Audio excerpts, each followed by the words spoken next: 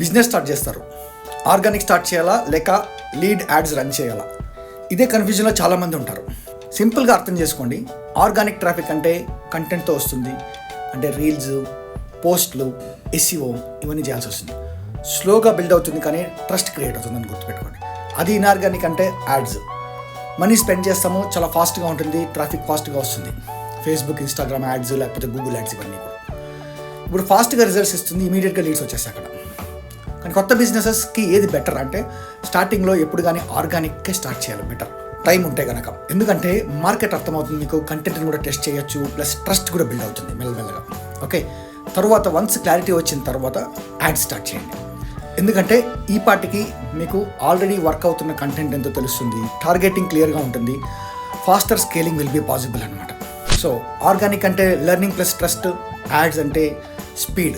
So new business start చేస్తున్నప్పుడు first organic build చేయండి, తర్వాత యాడ్స్తో స్కేల్ చేయండి. But after certain point of time organic plus inorganic రెండు ఉండాలి. ఆర్గానిక్గా లేకుండా జస్ట్ ఇన్ఆర్గానిక్ మాత్రం రన్ చేస్తుంటే కూడా అసలు రీచే లేదు, అసలు ఇది బ్రాండ్ అని అనుకునే డౌట్ వచ్చే ఛాన్సెస్ ఉంటుంది. At the same time inorganic run చేసి స్కేల్ చేస్తూ ఉండాలి.